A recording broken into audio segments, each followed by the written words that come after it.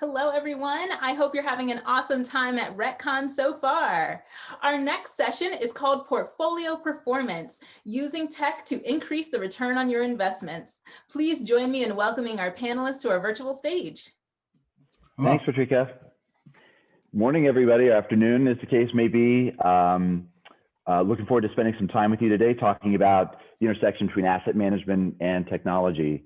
I'm going to moderate things today. My name is Daniel Cunningham. I'm the CEO of Leonardo 24/7, and we are a platform that allows for workplace management of inspections, best practices, policies and procedures that allow insights and transparency into what's happening at the asset level.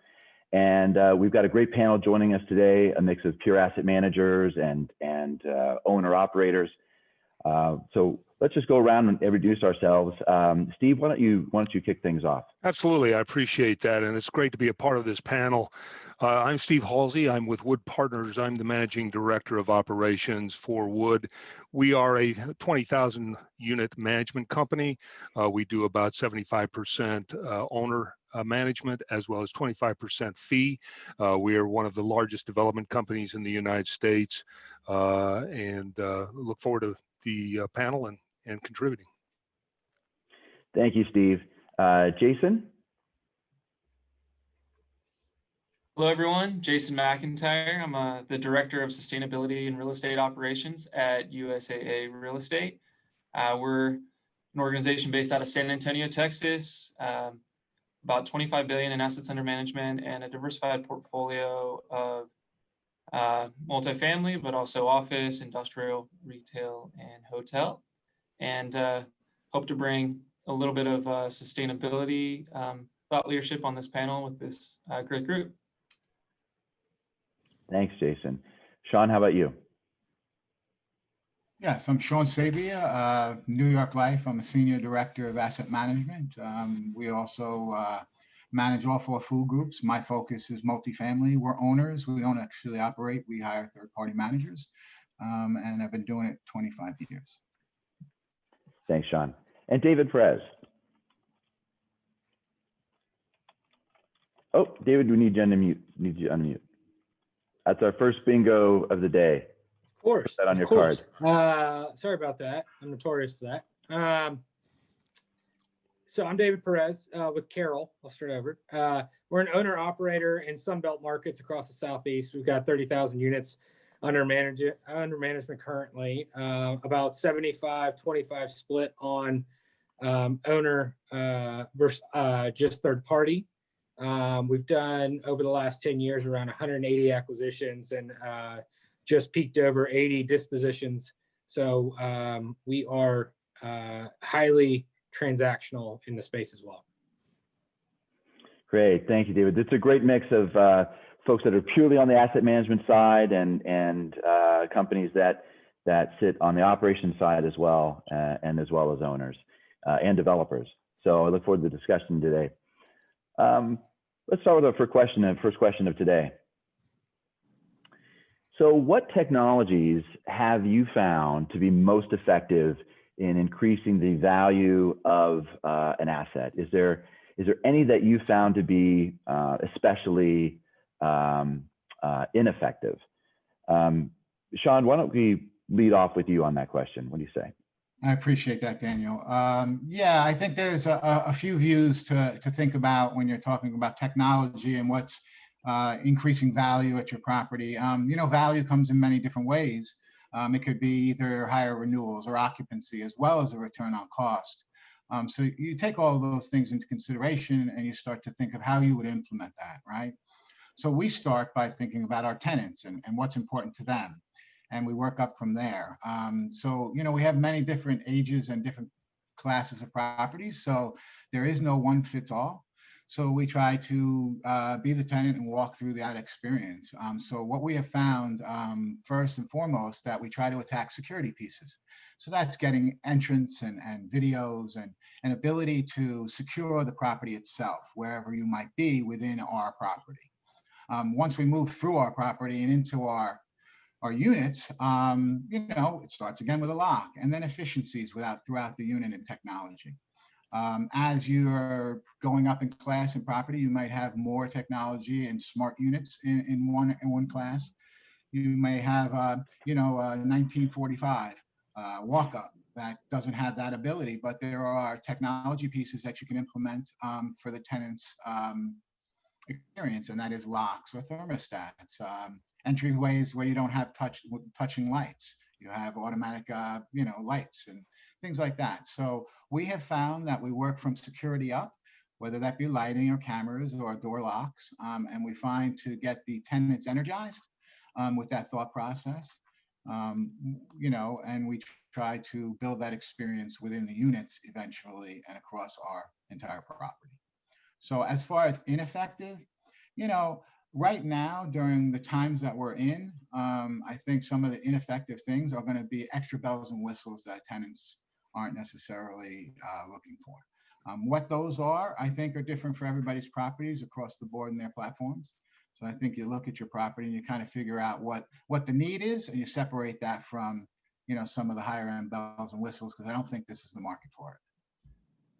Have you had any false starts, Sean, in the portfolio of things you've adopted that just didn't prove ROI or proved cumbersome?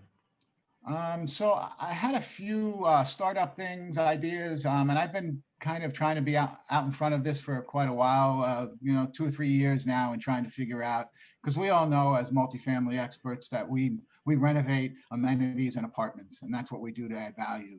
We can add things and we try to increase value that way.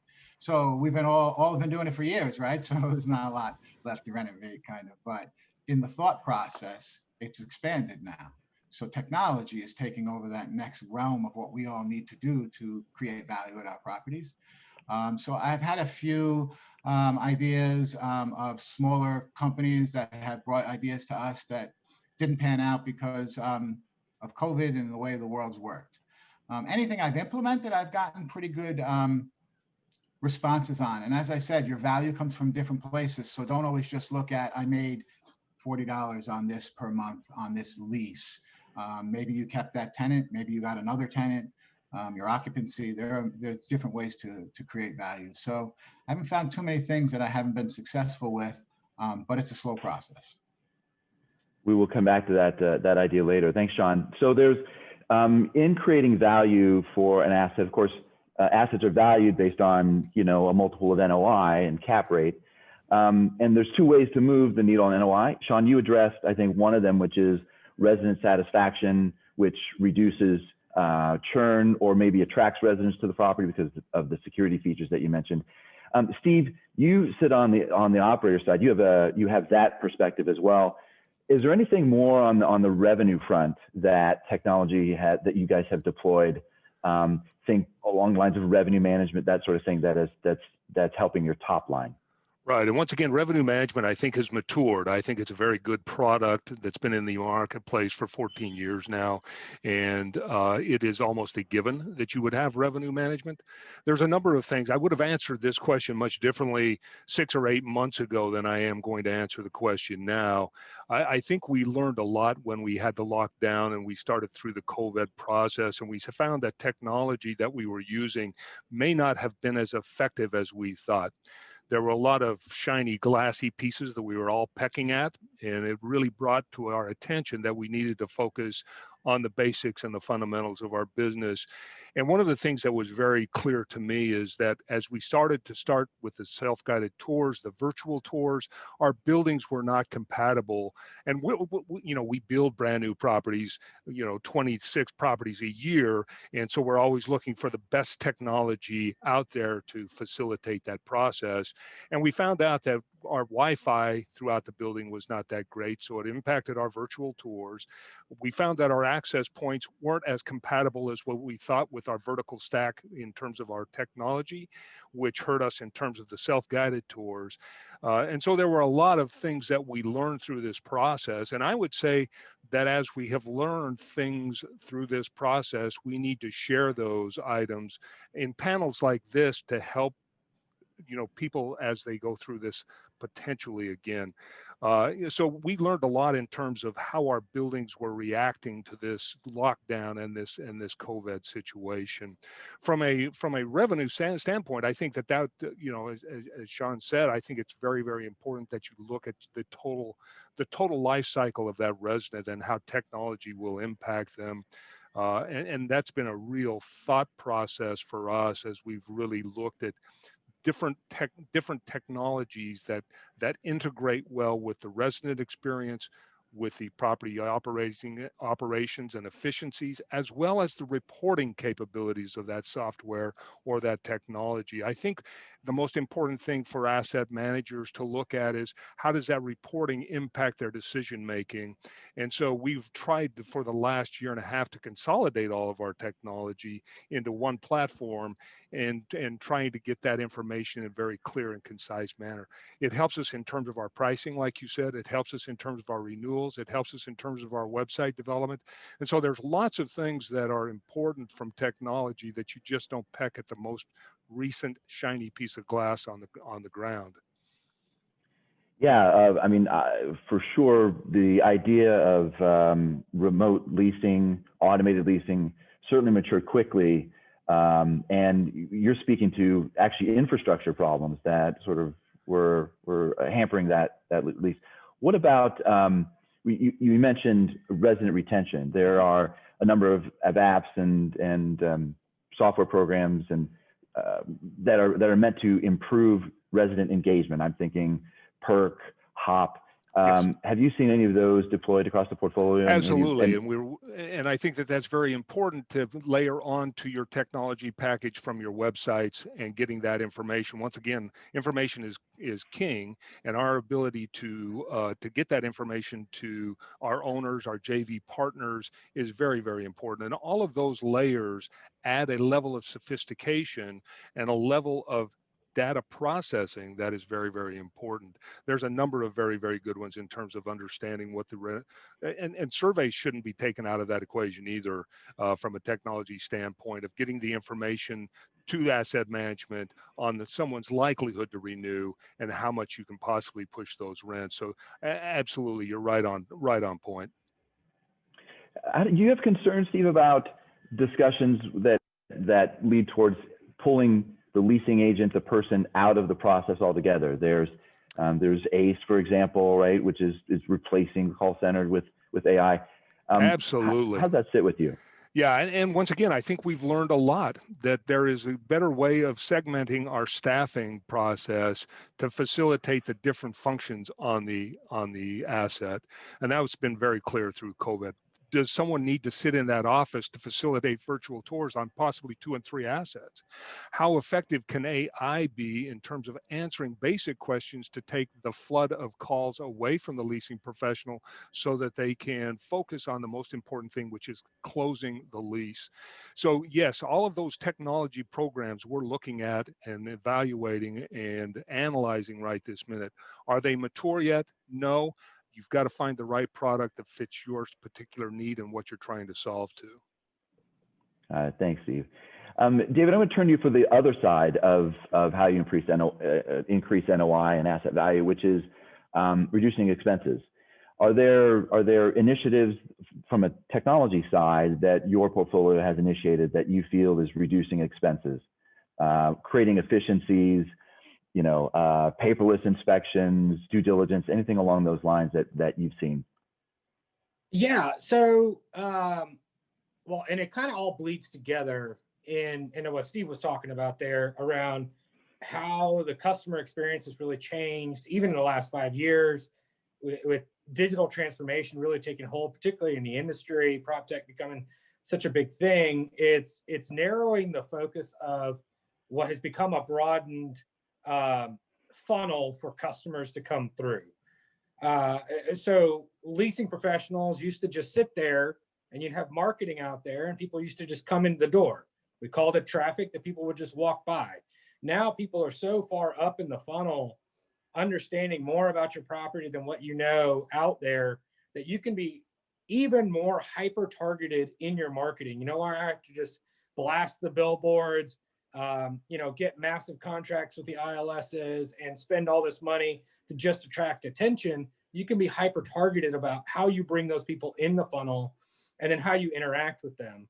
So, a great success. We moved to a good CRM system, knock, maybe early 2018. And they've continued to really improve their integrations backwards and forwards, and having our people be able to engage throughout that customer funnel and then even hand them over once they're a resident and continue to engage with them in a meaningful way has ultimately reduced our need for marketing spend. And just, we're getting a lot of prospect traffic, and we're able to guide those people in and drive them through that conversion. We've also had infrastructure problems because our ERP isn't the nicest ERP to work with, and getting data in and out and connecting it with third party. And we've gone to sort of best of breed stack on what we're trying to do. It has caused some data issues, data problems. Are you seeing the same definition of what a tour is, or what a prospect is, what an application means throughout the various data systems, and really cleaning that up so that when your reporting comes out and when you're trying to benchmark people and their success, that it all means the same to all the people. But we've really seen some good impacts on cutting things out of marketing costs in particular. We're trying to get there on understanding a little bit better on maintenance costs, but I mean, the challenges of marrying products and having varying product types in all sorts of different markets and how they were built and when they were built becomes difficult, and really standardizing any of that inventory. The last piece I'll touch on is early 2019, we moved to 100% paperless on site. So we no longer accepted checks, we no longer accepted money orders, and we were 100% paperless payments as well. So with that process, we were already, I guess, kind of ahead of the game in our offices being able to be shut down earlier, and sort of saving our staff for I guess the issues that came later. Right on. Thanks. I mean, we could keep talking. I mean, everyone wants to talk about how you add value to assets. We could spend probably the whole discussion here, but exactly right. Yeah. However, you said a couple of things, David, that lead me to the next question that I want to move on to. We have folks here today that sit on both sides of the table, but I'm curious how asset managers are using technology to communicate portfolio performance to the stakeholders. So, New York Life, how is, what reports are you getting from your third-party managers, and what technology is facilitating that? What are your expectations? How well is we do? I mean, David just mentioned a couple of challenges, right? The data is not always consistent. It's reported from different platforms. How does that all roll up to you, Sean? So, currently there's as Steve has mentioned, that there's a lot of different platforms out there to help slice and dice the information much quicker and better than ever in history in reporting up to us. A lot of the efficiencies that we have on the maintenance side, say in the reporting of that process, whether it be capital or turns or any of our expenses. The object of technology is so that, and I think someone touched on it before, is really so that we can have our staff at the properties focus on what's most important. So with all the technology and leasing, we're not trying to get rid of people, because we've learned in COVID, interaction, people, it's really, really important, much more important than we all understood, I think.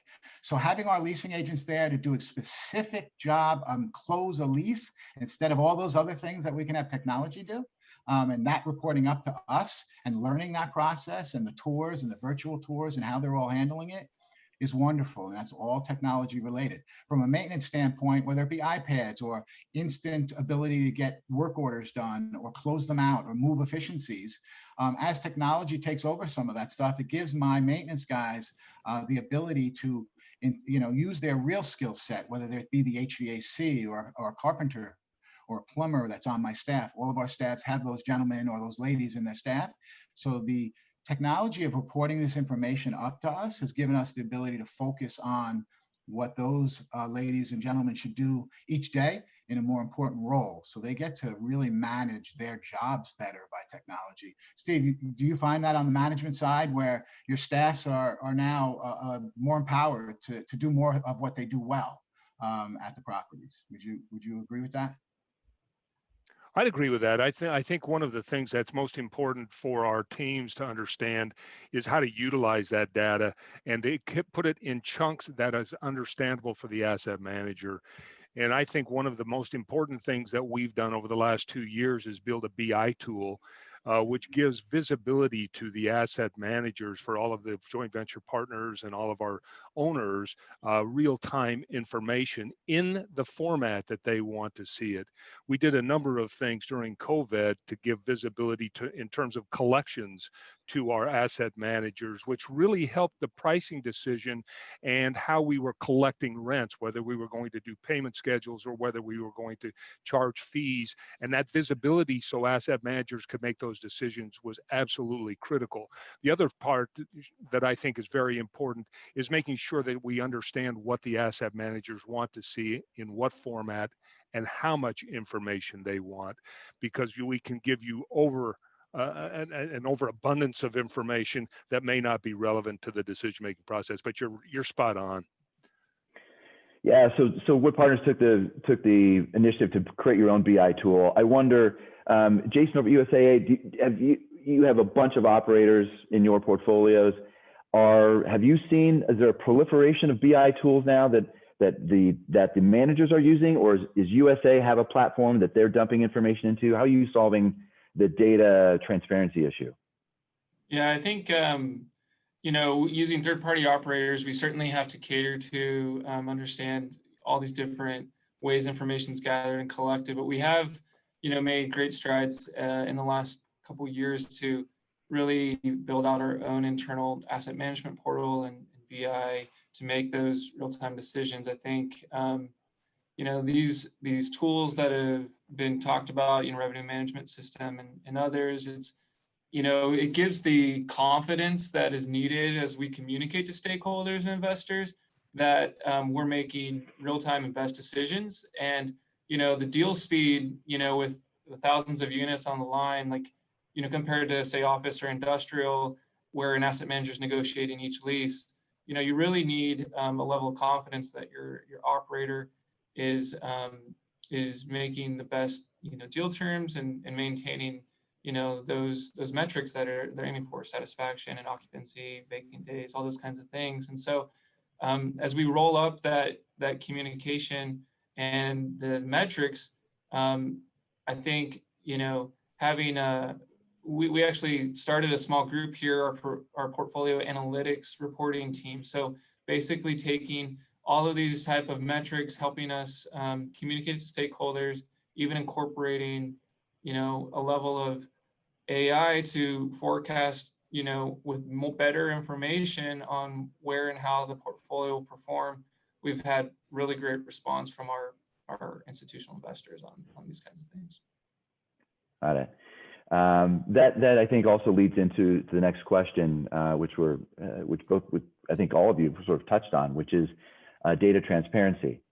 Data transparency has really become essential to asset management. And so I'm curious about the role of technology playing in ensuring this. We've already heard discussion of BI platforms. Sean and Steve, you both talked about how you feel it's important that the teams on site, they feel more empowered to do their jobs better.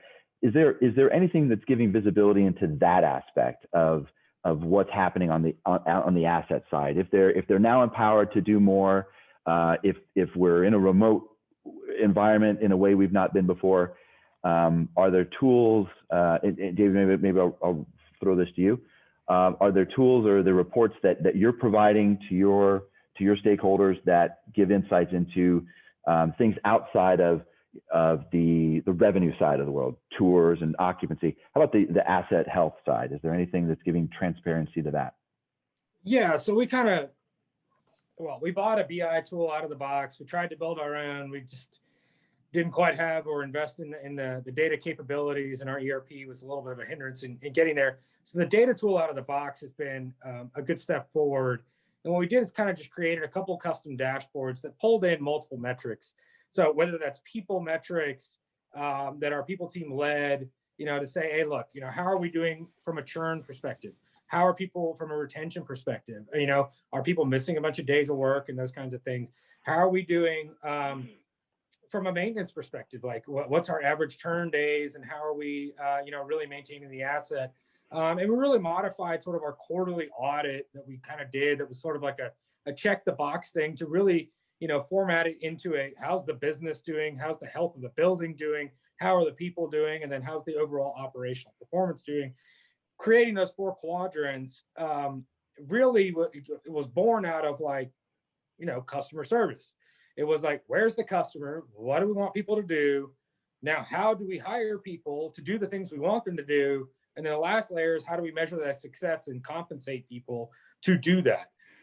Using technology to essentially benchmark people and show them how they're performing, and being able to have that real-time kind of review. So you're not sitting there, hey, it's year end and you didn't really do well. And they're like, well, that's a surprise. You never talked to me about it. And you go, well, we had this whole dashboard and this whole thing where we, sent you stuff and you could access it and understand all these 4 quadrants has been, allowed us to really have good candid feedback to people, especially in this virtual environment, for them to understand, not only the employee population health, but the building health and how they're really driving the business forward. Thank you, David. Steve, it sounded like your team had done some thought about surrounding that as well. Building health, success of the teams on site. What does your company do to measure and track that? Absolutely. And I think that there's a tremendous amount of visibility on the revenue side of our business. And asset managers are constantly looking at those kinds of things: renewal rates, revenue management, pricing, ancillary income, all of those things. I think where we are moving now is we're working with a company out of London, England, that is putting together a program that will follow every warranty on the building in terms of how often it's serviced, who serviced it, what's the warranty left on that particular product, and we're now allowing that information to go to our asset managers. We've also put into place a very, very strong, and I think the very best purchasing software program out there that allows all of our asset managers to go in and pull our quarterly inspections that are done by not only our facilities directors, but our regional managers. It also gives the asset managers a real insight into our expenses and how our expenses compare to other people in our particular region of operation. And that kind of visibility on the expense side hasn't been there before. And I've been in the business a long time, you can see from my gray hair. And I have not had that sort of visibility into the expense side that I now have from these tools that we're working with, especially the amount of money that can be lost from not following up on a warranty, not having the appropriate preventive maintenance and maintenance programs on these assets. That's all now visible, and there's a name attached to it with a date and the vendor that supplied that service. And so I think that that's a huge benefit to asset managers, that transparency of information on the expense side. Yeah, I agree with you. That sort of last mile of operations is really coming under scrutiny. Yes, absolutely. Let's go to our next, I want to make sure we get through all of our questions today. Let's go to the next one. So we've been talking about technology improving property operations. But what about improving operations in a way that actually adds value to an asset? What technology could you deploy right now that would add value to the asset? I'm thinking, things like Internet of Things, connected smart buildings, that sort of thing. Sean, is that something in your portfolio that's, you talked about security, so I imagine you guys must be thinking about IoT devices and that sort of thing. Anything else come to mind? Yeah, I mean, connectivity throughout the building, kind of in the very beginning, I might have just been a little too light on it, but it's so important.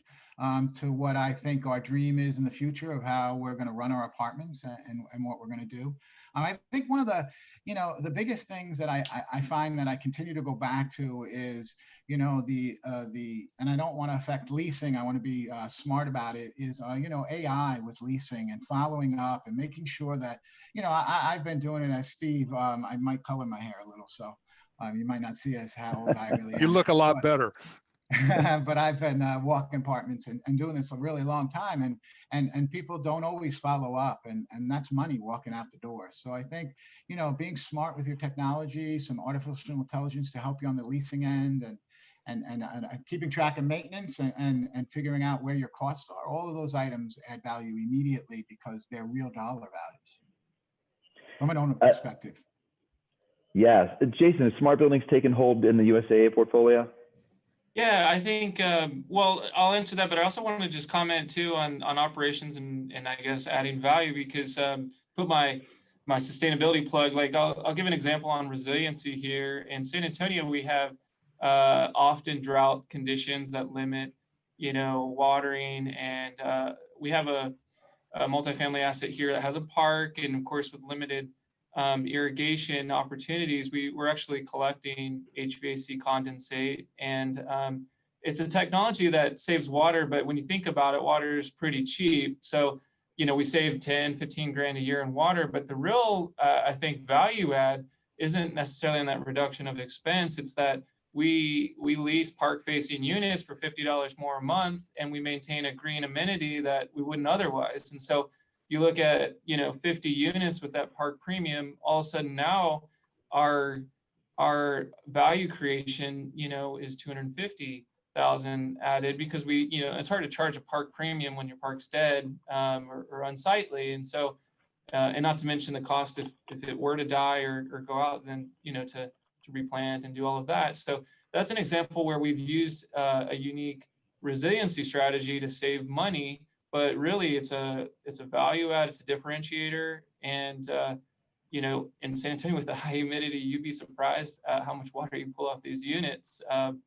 It's about 3,000 gallons a day when the apartments are full and running HVAC. So that's an example there, I think, on operations directly impacting on value. From a smart building standpoint, I think, we're probably doing the same as what's been shared. Especially in areas that we maintain and control. I think within our units, there's still opportunity for improvement, but it's still a challenge to see exactly, what some of those investments impact on leasing. And I think my asset managers have shared the biggest impact is when those units are empty and they're still running air, or there's people coming in to renovate or to recarpet or clean. Like, sometimes those things might go untouched running 70-degree air. So I think rather than trying to impact how a resident uses their space, it's more about, those lost expenses when it transitions back to ownership for whatever churn period. Well, Jason, if I can keep you rolling, because you sort of introduced the next question, which is, what role is sustainability playing in asset management? How is technology being used to create more sustainable portfolios? You're director of operations and sustainability there at USAA, so I wanted to make sure we went to you on this. You just talked about a few things. I don't know that all of that speaks to sustainability. Energy efficiency for sure, but what about sustainability? How does technology impact sustainability? Yeah, so I'm gonna also just address one of the comments or questions before was about transparency and communication to stakeholders. And while performance and reductions are key, a big piece of stakeholder and investor relations is this idea of transparency. So it's almost preempts performance. When we're talking about sustainability, environmental, social governance, communication, it's, are you transparent? Are you disclosing? Are you help addressing from a risk management standpoint? Working with so many pension plans and institutional investors, it's increasingly an important item to be clear and communicate our ESG performance. And so things that we're doing at the asset level include, from a data collection standpoint, but, it's more than just environmental or energy. It's things like our satisfaction scores and our training, and just really kind of the full breadth of what ESG is and how do we make decisions. And so having the right technology partners, we use a firm to help us report through GRESB, which is the Global Real Estate Sustainability Benchmark. And I'd say that our investor clients are really keen on getting that kind of data clear, concise, and timely, and technology has certainly facilitated that. It does start at the asset level, but at a portfolio and organization level, you have to really focus on it. And I think we're getting strong signals that it's not only a good thing, that it's imperative. Yeah, thanks, Jason. Steve, anything on your end with respect to sustainability initiatives that your company has initiated? I think it's always top of mind. We develop, as I said, 26 properties a year across the United States, and we cannot attract good buyers for these assets if we are not building to some sort of standard. And even though we do not apply for the LEED certification because of certain requirements, we do build most of our buildings to that LEED certification, which I think is not only, we flip buildings within, 4 or 5 months of stabilization. And so for us to have a sustainable building isn't that important, but to the buyers, it's a very, very important process. So we build to that standard. We also are very, very cognizant of our utilities and our infrastructure plans as a part of that process. And I think it's really training all of your people to think sustainability when you're going through that process and you're hiring. So I totally agree that sustainability is a big part, not only from a profitability standpoint, but I think it's the right thing for our communities as well as for the environment. So there's a philosophical decision that your company's making is on the Correct. Development side. You think it adds value but is there has there been real great hard evidence yet, and maybe anybody who knows can raise their hand on this, that equates a LEED rating or LEED equivalence to a bump in rent? Or have we seen that the rental population is willing to pay for those sustainable features? Before I joined Wood, I was president and CEO of Amley Residential, and that's all we developed were LEED certified properties across the United States. And it was very, very hard for us to determine the value for rent. I think it's a much easier equation to figure the cap rate that you get on a LEED certified property than you can on rents, because there's so many features in an apartment which will impact that rent much more than just a sustainable feature. And so I think by seeing what the market is bearing in terms of cap rates, I think is very, very important to that sustainability. And we did see a compression in cap rates for our LEED certified properties. Yeah, and I think the term that I've seen often used, it may be difficult to identify a green premium, but there likely is a brown discount. So if Correct. if you're looking at 5 units in 5 different apartment complexes, it's expected that you're going to stay somewhere that is competitive and that's doing some of these things. It's a nice place to be and to live, right? So. And then from a disposition standpoint, like Steve said, I think it just reduces friction in the transaction. It gives confidence in the numbers, and I think from commercial in general, probably looking more at office, there is evidence, maybe not causal, but definitely correlation on LEED or Energy Star certified buildings and their NOI and exit values. So I think there's all things equal, it still makes sense, and it provides just that better environment for your residents to live. I agree. Yeah, no doubt. Well, let's tackle our last question. We've talked about a lot of great technologies, a lot of great initiatives, but they cost money, right? So with all the different technologies in the market, how does a buyer really discern the best fit for them?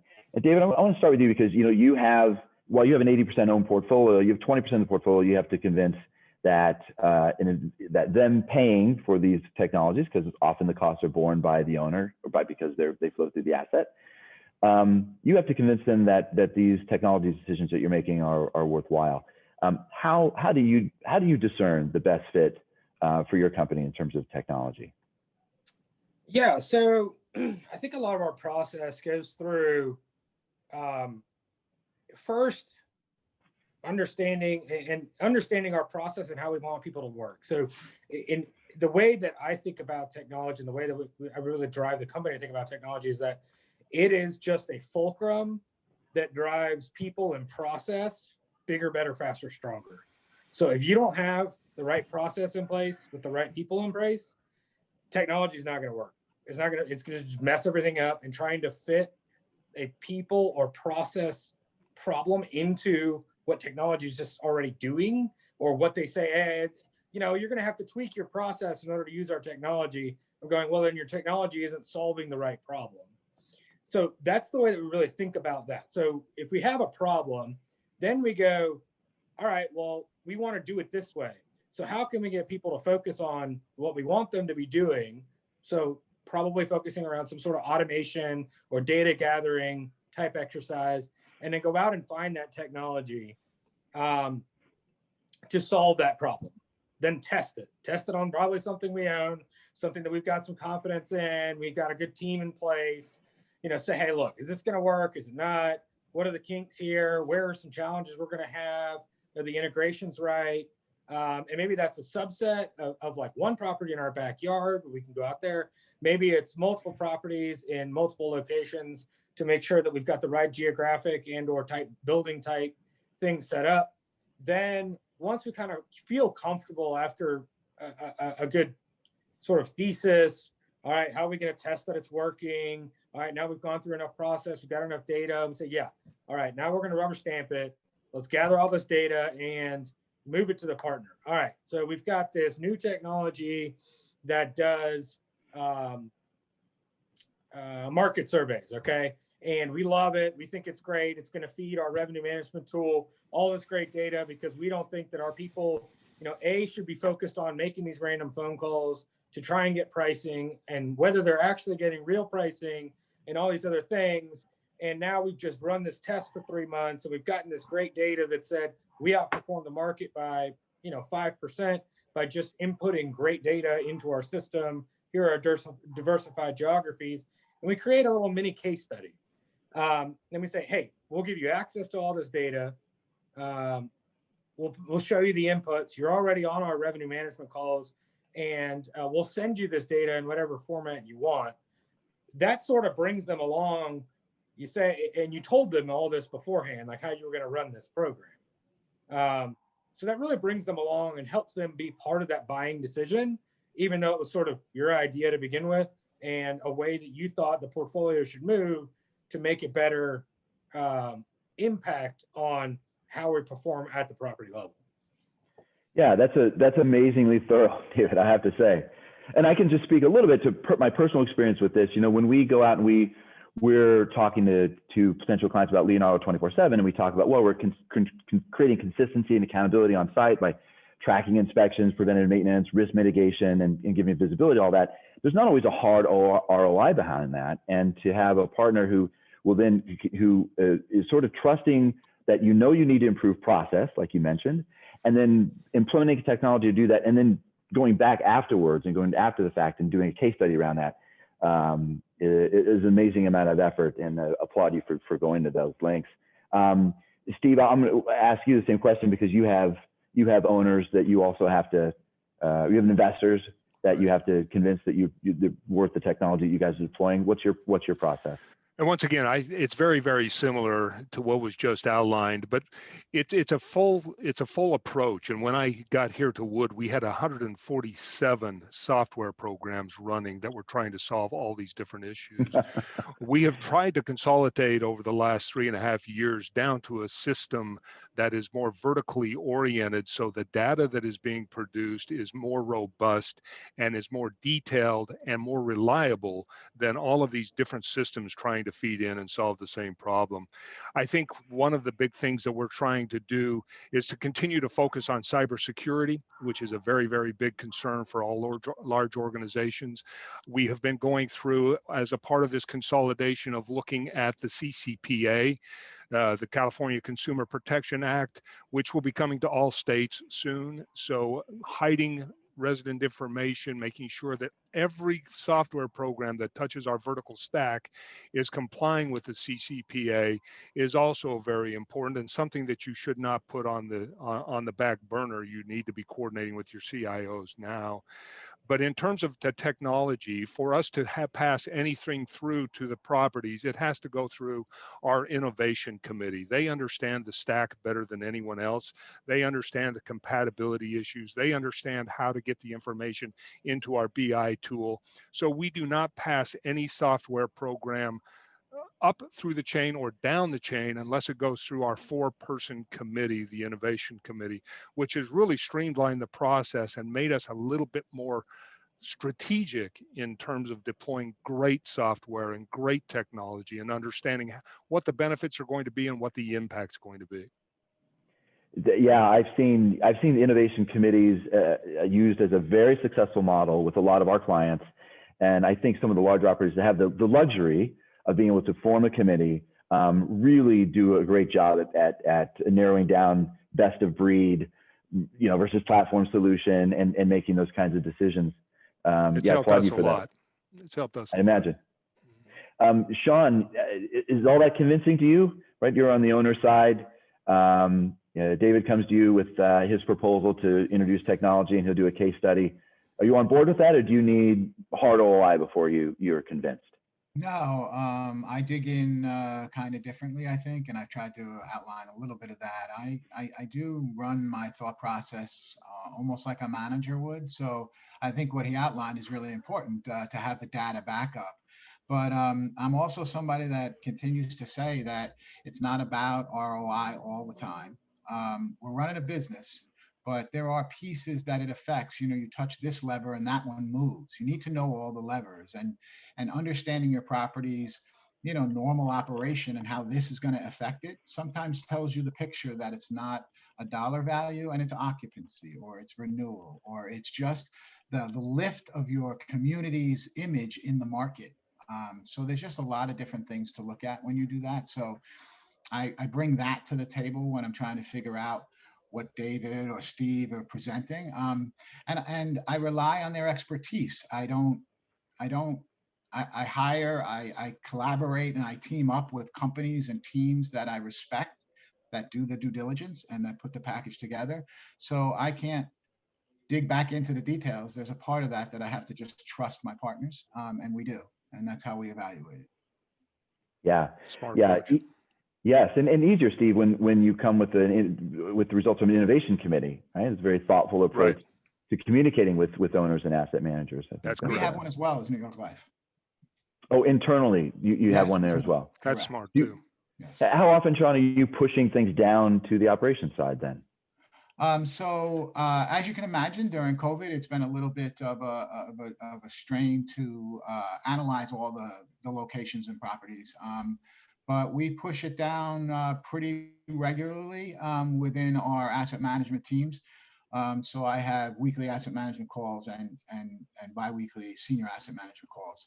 So we're pushing that down to our property managers and getting results back and analyzing the data that comes back and making decisions, as well as, pointing out things that maybe we think differently on or we didn't realize and how effective it might be. I think the feedback to the analytical team that puts it together is important. Thanks, Sean. I want to thank you. We've really given out a lot of great information today. I feel like anybody who's tuning into this session is really going to come away with some great practices to think about and things to deploy. So I want to thank everybody for your time. Thanks everybody for tuning in. And Daniel, you did a great job. Great job. Thank you. All right. Thank you. Yeah. Thanks, guys. Thanks for inviting Thanks for us. having We us. appreciate the opportunity. Thank you so much, Daniel. And thank you to all of our wonderful panelists for sharing your insights with us. That was an awesome discussion. And I know we all learned a lot. So a big virtual round of applause for the audience. All right, if you're looking for your next session, you can check out your agenda or take some time to connect with your peers with one-on-one networking. Thanks so much, and we'll see you around.